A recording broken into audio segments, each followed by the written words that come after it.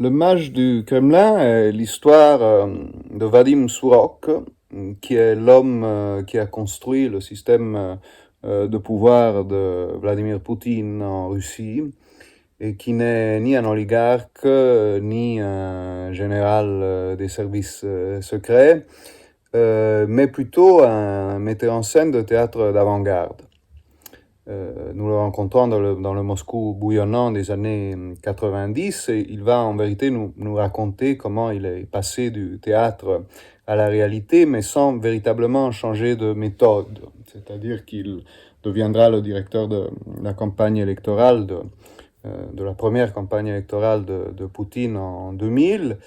Et à partir de ce moment-là, son approche à la politique sera celle d'un metteur en scène de théâtre d'avant-garde. Donc, il ne va pas représenter la réalité, mais il va plutôt construire sa propre réalité, tout un système de faux partis, de faux et de vrais personnages, de miroirs, de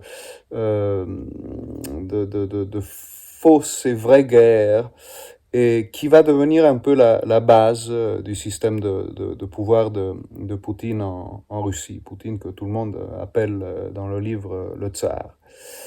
Et évidemment, à partir d'un certain moment, le jeu va devenir très dangereux. Il va donc vouloir en sortir, qui est la chose la plus difficile à faire quand on est dans un système de ce type.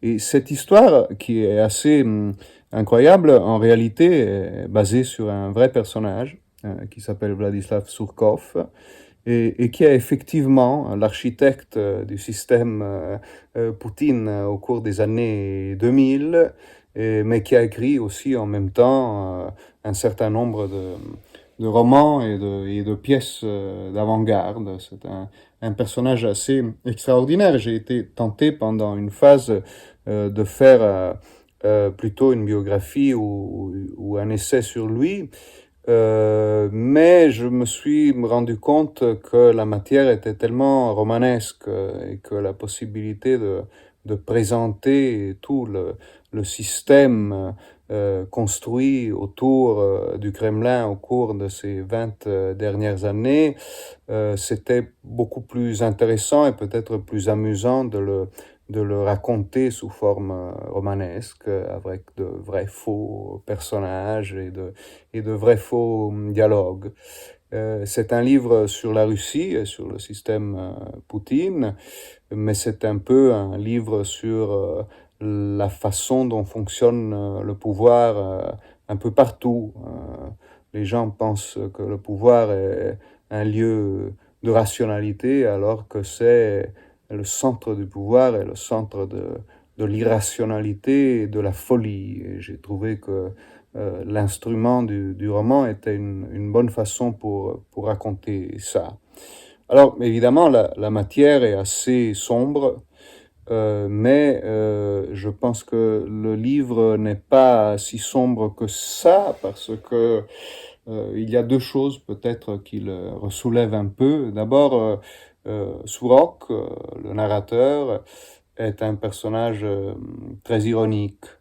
La Russie est un endroit où vous ne pouvez même pas sourire parce que c'est considéré comme un signe de faiblesse et de stupidité. Alors que Sourok est constamment ironique sur la réalité qui l'entoure et sur soi-même. Et c'est très présent dans le récit.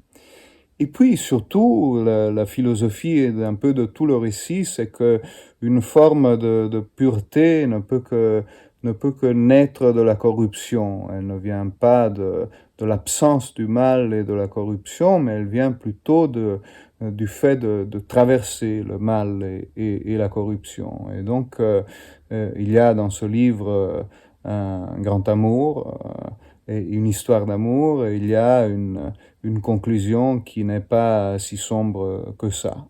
Et donc, j'espère qu'elle laissera dans les lecteurs un souvenir en même temps un peu interloqué, un peu amusé et peut-être un tout petit peu envoûté.